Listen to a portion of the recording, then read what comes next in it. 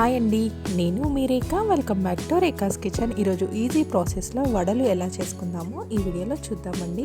వడలు చేసుకోవడానికి ముందుగా మనం మినప్పప్పుని నానబెట్టుకోవాలి.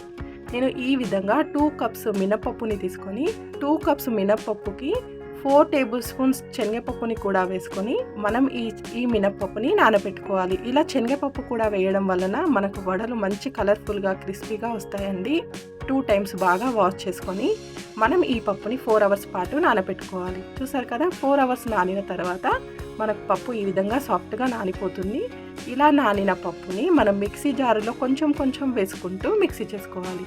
మనం తక్కువ క్వాంటిటీ వేస్తేనే మనకు కరెక్ట్గా మిక్సీ అవుతుందండి.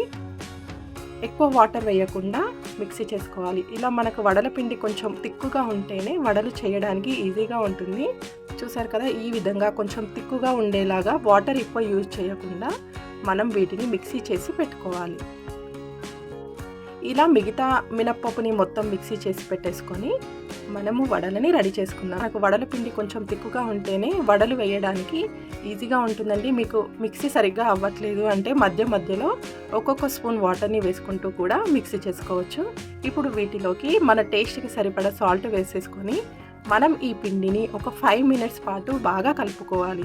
మనం ఎంతసేపు కలుపుకుంటే మనకు వడ అంత సాఫ్ట్గా వస్తుందండి. ఇలా బాగా కలిపేసుకొని వీటిలోకి ఒక చిటికెడు మాత్రమే వంట సోడాని కూడా వేసుకొని కలుపుకోవాలి. ఇలా వంట సోడా వేయడం వలన మనకు వడలు పొంగుతూ లోపల సాఫ్ట్గా బయట క్రిస్పీగా వస్తాయండి. మరీ ఎక్కువగా వంట సోడా వేసామంటే మనకు ఆయిల్ ఎక్కువగా పీల్చేస్తుంది. అలా ఆయిల్ ఎక్కువగా పీల్చకుండా కొంచెం వేసుకుంటే సరిపోతుంది. ఆ తర్వాత వీటిలోకి సన్నగా కట్ చేసిన కరివేపాకుని అలాగే ఒక 5-6 పచ్చిమిర్చిని కూడా ఈ విధంగా చిన్నగా కట్ చేసి వేసుకోవాలి.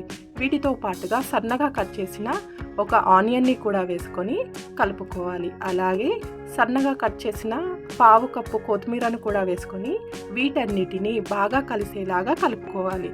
ఇలా బాగా కలిసేలాగా కలిపేసుకొని పక్కన పెట్టుకోవాలి. మనం ఇప్పుడు ఈ వడలు వేసేటప్పుడు ఇలా ఒక బౌల్లో వాటర్ తీసుకొని మనం ఇలా చేతికి వాటర్ని అంటుకొని మనకి ఎంత సైజు వడలు చేయాలనుకుంటున్నామో ఆ సైజులో వడలని రెడీ చేసుకోవచ్చు.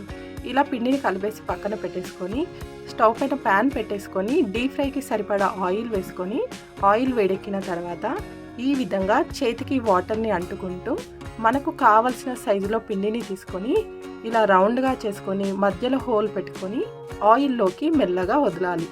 ఆయిల్ వేడెక్కిన తర్వాతే ఈ వడలని వేసుకోవాలండి, లేదంటే మనకు సరిగ్గా ఫ్రై అవ్వదు.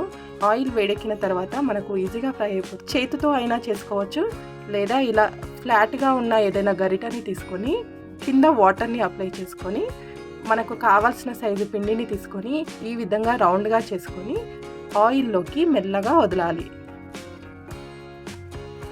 చూసారు కదా, మనం ఇలా చేతితో అయినా చేసుకోవచ్చు, లేదా గరిట పైన వేసుకొని కూడా ఇలా రౌండ్గా చేసుకొని వేసుకోవచ్చు. గరిట పైన చేసుకుంటే మనకు రౌండ్గా వస్తుంది. ఈజీ ప్రాసెస్ కూడా అండి. చూసారు కదా, ఈ విధంగా గరిటతో వేసుకొని మనం వడలని ఎప్పుడైనా మీడియం ఫ్లేమ్లో పెట్టుకొని మాత్రమే ఫ్రై చేసుకోవాలి. ఇలా మీడియం ఫ్లేమ్లో పెట్టుకొని ఫ్రై చేసుకుంటే మనకు వడ లోపలి వరకు కరెక్ట్గా ఫ్రై అవుతుంది. కొద్దిగా ఫ్రై అయిన తర్వాత ఈ విధంగా వడలని రివర్స్లో వేసుకొని కూడా ఫ్రై చేసుకోవాలి. మనం ఈ వడలని గోల్డెన్ కలర్ వచ్చే వరకు ఫ్రై చేసుకోవాలి. మనకు వడ గోల్డెన్ కలర్ వస్తేనే బయట క్రిస్పీగా లోపల సాఫ్ట్గా చాలా బాగుంటుందండి.